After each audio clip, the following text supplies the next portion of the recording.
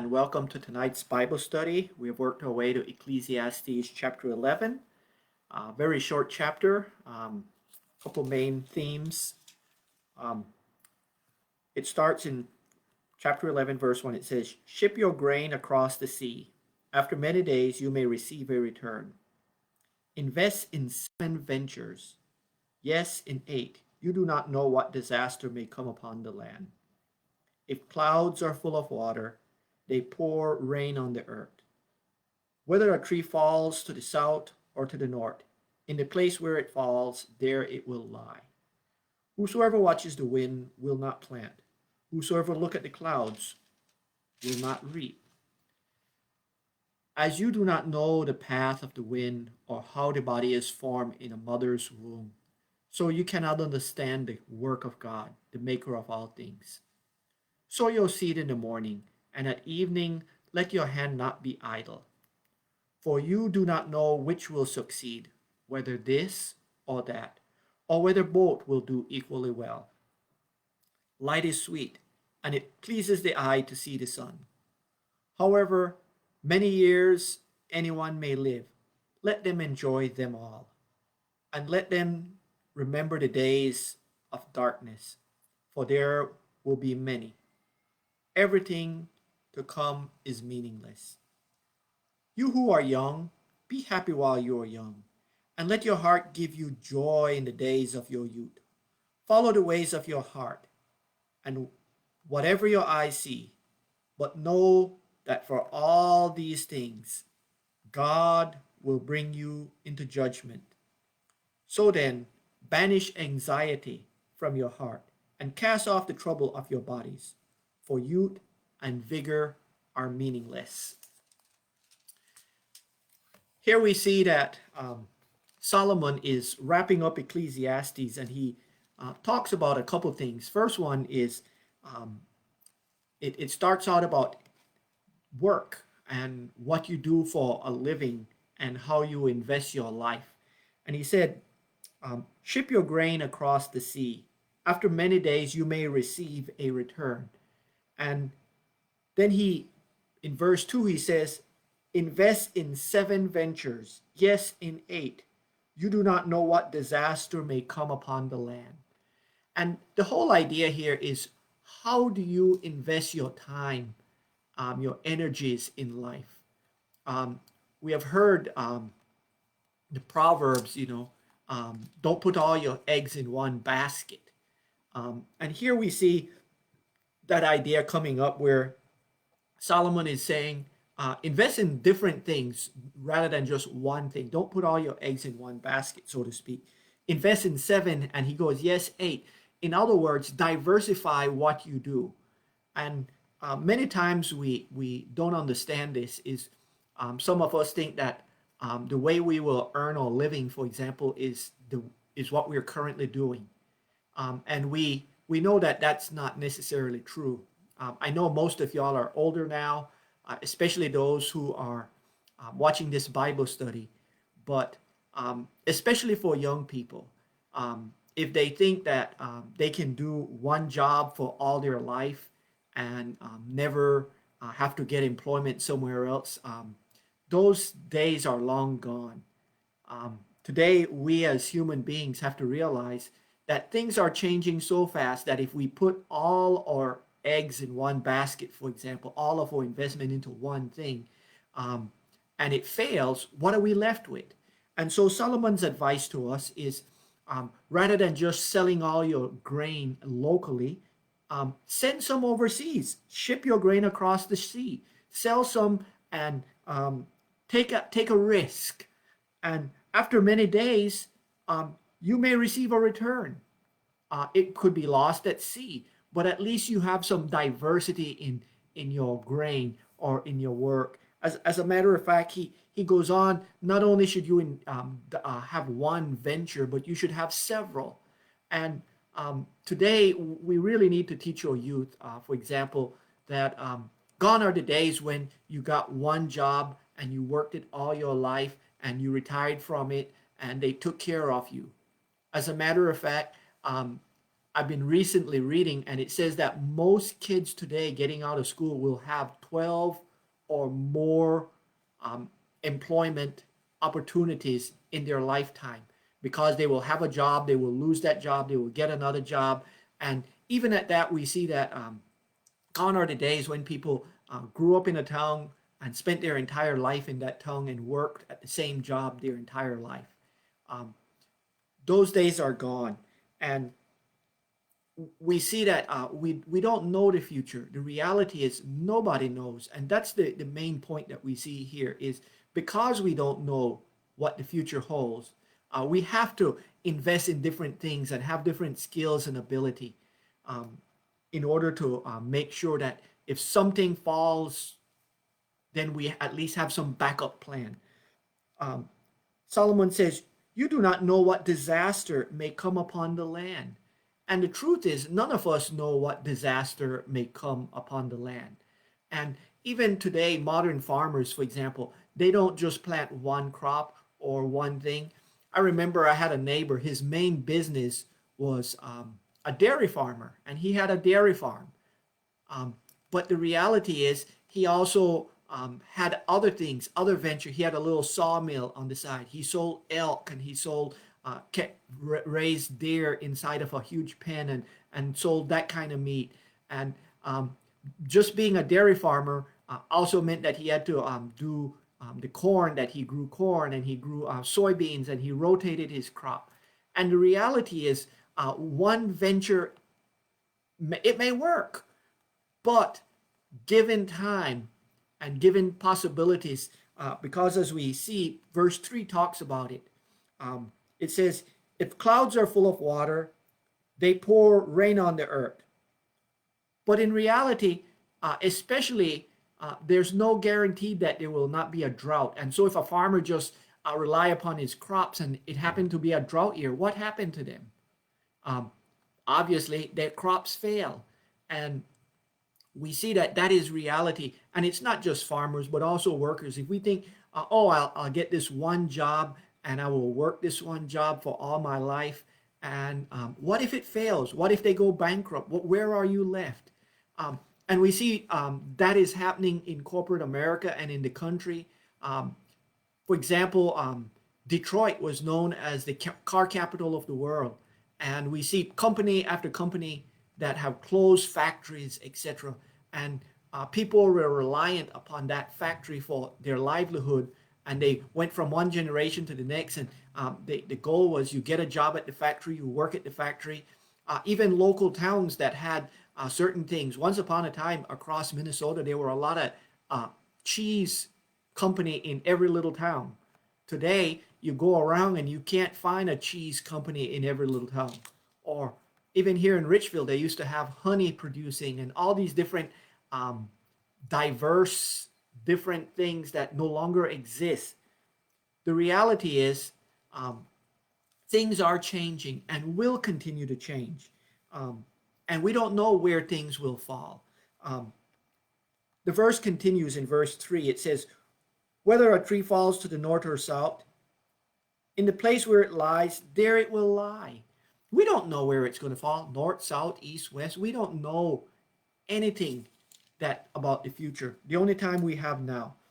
And instead of being idle and worrying about the future, we should be busy doing what we can today. Um, Verse 4 says, whosoever watches the wind will not plant. Whosoever look at the clouds will not reap. As you do not know the path of the wind or how the body is formed in a mother's womb, so you cannot understand the work of God. The reality is, we are not in control of tomorrow or next week or next year, what's going to happen.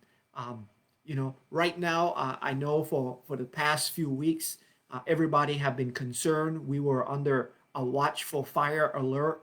Today it's raining and it looked like it will rain for a few more days. Thanks be to God. But that's it. We are so reliant upon outside forces. We don't know these things. And even with modern technology and stuff where we know a lot more than we used to know, and we can forecast the weather and we can tell how a baby is formed and how, we have so much knowledge. But ultimately, Man cannot make any of these things. Ultimately, listen to what the scripture said. So you cannot understand the work of God, the maker of all things. And I think as Christians that's where we need to realize is God is the maker of all things. God is in control. We are not. Um, we control a very limited things in our surroundings, and and the best we can do is to try to be diligent, working and doing our best, and continue to learn and improve. Um, I myself, I had one of those careers working for the government. I worked 26 years and retired, but that is very rare. As a matter of fact, most people, and I would say 98% of the people cannot work for the government. There's only so many government jobs. Um, you go to corporate America, within 3 to 5 years, people have moved on. I take case in point, my oldest daughter. She has already now worked, she's 30 years for four companies. Four companies. Couple years and then she switched, and couple more years and she switched, and that's just reality. Four different companies at 30 years old. To think if she works to 67, 68 when it's her retirement age, you just multiply out the different companies she will work for. Gone are the days when you work for one thing, one company, and they took care of you with pension and everything else. So here is Solomon advice for us. Diversify. Send some of your seed overseas. Have 7, 8 ventures. The more diversified you are, the more things you can do, the better off you will be. Because let's be realistic. Will things happen? And the answer is yes, things will happen. And so we must be able to do different things as circumstances change. And we must be diligent all the time. Verse 6 says, sow your seed in the morning, and at evening, let your hand not be idle. It doesn't matter where you are in life, young or old. And here the metaphor is of we live for a day. In the morning when we're young, we need to go ahead and work and sow a seed. But in the evening, we also need to be busy.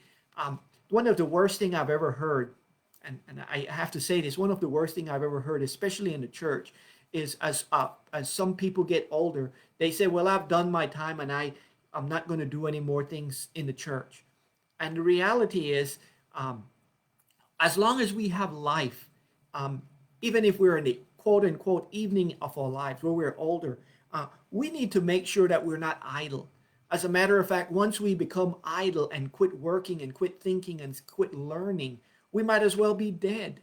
Because when we become idle and no longer work or do anything, and not just work for money, but volunteering, helping with different things, then we cease to be. It said the reality is Solomon also is talking about life itself. Listen to as that verse continue. For you do not know which will succeed, whether this or that, or whether both will do equally well. And I took these verses to heart. Um, a few years ago, when I was working at the federal prison, and I also had the two small churches. One person that I knew at work said, "Chaplain, you are one of the best paid workers here. Why do you have those little churches? Why do you do this? You don't have to do it." And I explained to them, "I'm not doing it just for money, because money is the least important thing in life. It comes, it goes. As a matter of fact, one year you may make a lot, and the next year you might lose it all. Things happen. That's the way life is. But here's the thing. We don't know which venture we get involved with will succeed, or if and the advice for Solomon to us is get involved with more than one venture. Don't put all your eggs in one basket. Don't plant one crop only. Plant a diversity of crop. Invest your lives in a diversity of things, because we never know. One might fail. They might all do well. And when I say invest your life in many things, and I don't think it's just money making, but it's divest your life. There are three parts to us. We're spiritual, we're mental, and we're physical. And the reality is some of us only invest in the physical, never invest in the mental to learn and grow and to learn more, or in the spiritual to grow spiritually. And so Solomon is saying, we don't know which will succeed. We don't know this or that, but we should invest and continue to learn and grow. He then points out something that while we have life, we should use it to the best that we can. Listen to how he does it. It says, light is sweet, and it pleases the eye to see the sun. However many years anyone may live, let them enjoy them. I don't know, I've lived 55 years. I don't know how many more years I have. None of us do. None of us do. There are people dying at 55. There are people dying at 10. There are people dying at 95. None of us knows how many years we have. But here is what Solomon is saying. However many years anyone may live, let them enjoy them all.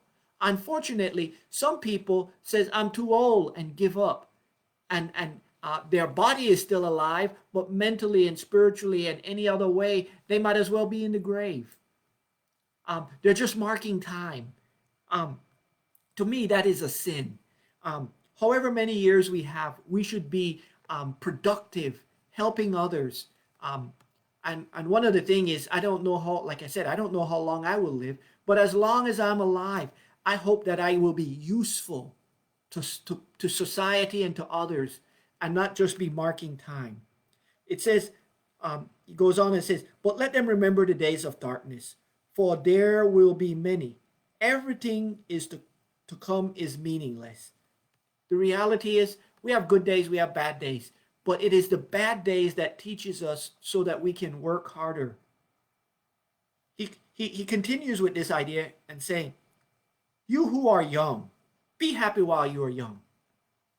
I want to say, you who are old, be happy while you're old. It doesn't matter what age you are.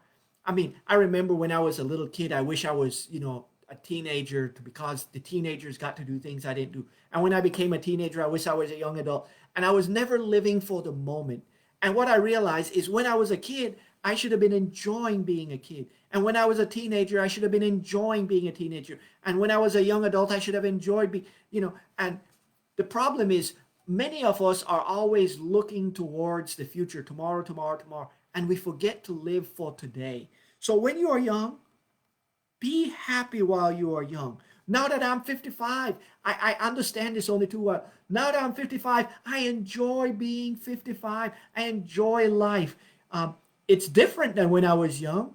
It's different than when I had young kids. It's different. But the point is, whatever stage we are in life, rather than regret and rather than go, oh, I wish I was this or I wish I was that, enjoy where we are. I mean, it took me 55 years to get to this point. And, I enjoyed those 55 years. I look forward to more. It says, he goes on and said, and let your heart give you joy in the days of your youth. Follow the ways of your heart, and cast off these troubles. But goes on, but know that for all these things, God will bring them to judgment. Whatever we do, realize that God ultimately will judge us. I mean, the day of judgment will come. God will bring us to judgment. But how many of us spend time worrying and concerned about the future, concerned about the past? And Jesus pointed out only too well. In the Sermon on the Mount, he said, don't worry. I think he got it from this verse. Verse 10, it says, and then banish anxiety from your heart and cast off the trouble of your body, for youth and vigor are meaningless. One of the biggest problems I know I had as a young kid was I thought I'd live forever. I thank God that I went through that.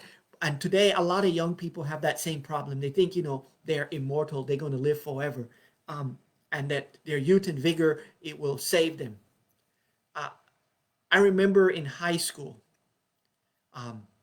we had a young lady who was a cheerleader, very popular, very well known.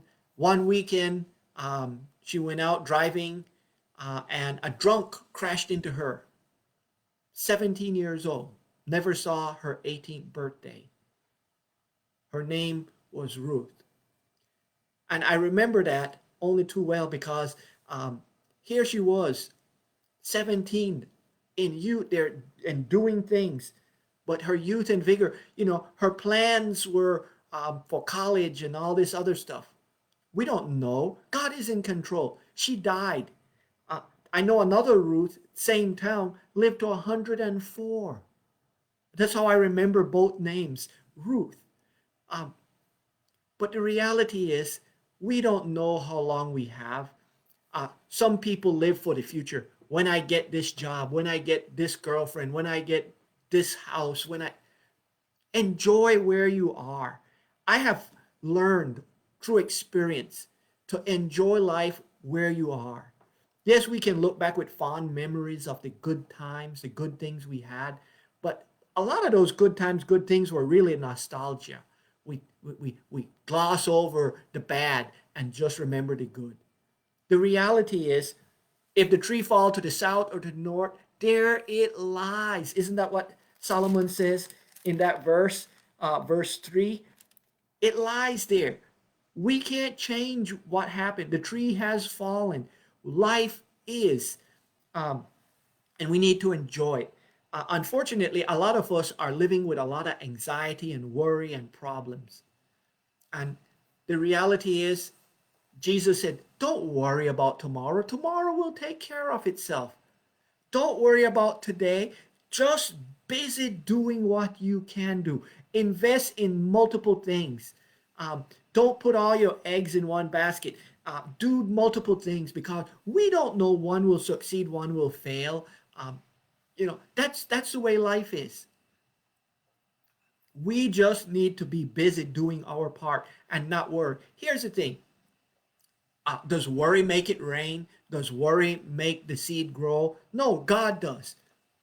As a matter of fact, about 20 years ago, when I realized that worrying did not benefit me any, being anxious about something did not benefit me any. As a matter of fact, all it did was waste my time. All worry and anxiety does is waste our time. And Solomon is very right. We should banish it, get rid of it out of our hearts and lives. If something bad's going to happen, the tree fall to the north, to the south, if it doesn't rain and we have a drought, if the stock market fall, if we worry about it, does it change the facts? No, it doesn't change anything. Worry doesn't change anything. All it does is waste our time or energy that we could be using for more productive things. Today, as we face life, a lot of people are worried about the future, the economy, the stock market, the this, the that. The list goes on and on. I sit calmly going, well, stocks go up, stocks go down. We invest in it. If it goes up, good. If it goes down, bad. And I remember about 10 years ago, I was explaining this to a friend of mine. When stock goes up, he was happy. When the stock went down, he was sad. I finally looked at him and said, you know what? You have no control over the stock market. When it goes up, you make money. When it goes down, you can buy more shares at a cheaper price so that when it does go back up, you have more shares and more money. You go, oh, reality is even bad things can be used for good. Matter of fact, it's one of the scripture that I love from Romans. It says, all things work together for good, for those who love God, for those who trust in him. And that's what we need to understand is we don't control the future. We don't understand a lot of things. I know I don't. I mean, why did Ruth, the young Ruth, die at 17 and the old Ruth lived to 104? I don't know. There's a lot of things I don't know. God knows. We don't know a lot of things. I don't know, it's verse 5 says, as you do not know the path of the wind or how a body is formed in his mother's womb. I don't know. There are lots of things I don't know. But here's the thing. I do know who is in control. God is. So you cannot understand the work of God, the maker of all things. God is in control. And rather than worry, I trust God. And I think that's an important lesson for us today is rather than worry and be anxious and, trust God. That's what faith is all about. Faith is believing in things we cannot see, touch, taste, etc. It's trusting in God, even though when we don't have empirical evidence. Uh, for example, uh, faith is living today as it is your last day. Faith is living as you are blessed, even when things are going bad. Um, and we all face bad times. I mean, I know I do. So do you. uh, we could wish and think, oh, if only I could go back in time no. As a matter of fact, as I have looked over my life, there's not a single thing I would change because all the good decisions and the bad decisions and all the different circumstances led me to where I am today. And I would not change anything. The reality is, we have to trust God, the author of life, the sustainer of life, that we sow our seeds, we do what we can, we do our part, and trust in God. 55 years. I don't know if I have another 20, 30, 40. It's possible, or it could be over today, tomorrow, next week. I don't know. Neither do you. And worrying about it won't change a thing. All we can do is banish anxiety, banish trouble, cast off the trouble. Trust in God. Sufficient is the problem of today. Trust in God today. God was with you in the past, God is with you now, and God will be with you in the future. Um, I don't know how else to say that. Um, you know, to me, I don't know what the future will hold for our churches, for your life, for my life, but I know who is the author of all of our lives and who created all things. And I trust in him. And instead of worrying about the future and worrying about this and that and worrying about today, I trust in God. That's what Jesus said. Seek ye first the kingdom of God and his righteousness, and all these other things, it will work out. What a comfort to me and you. If we seek God and God's will first, all these other little things, the stock market, jobs, all these other things, it will take care of itself. Will it work the way if we did it? No. Good days, bad days. As a matter of fact, my worst day, I would not miss because it was a day of life. Um, Solomon said, you who are young, enjoy your life. Be happy while. You who are middle aged like me, enjoy your life. You who are older, enjoy your life. Whatever stage you're in, trust in God and realize that he's in control. Next week is the last week for Ecclesiastes. We'll see the conclusion of Solomon's wisdom, and it comes down to what we've been talking about. We need to trust God and put our faith in him. If any of y'all have any suggestions of what we want to study next, please let me know. I'm probably looking at doing a book in the New Testament.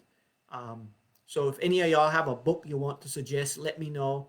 And that way we can pick up in 2 weeks on the new book. But I'd like to have some time to start studying and thinking about the new book. Thank y'all.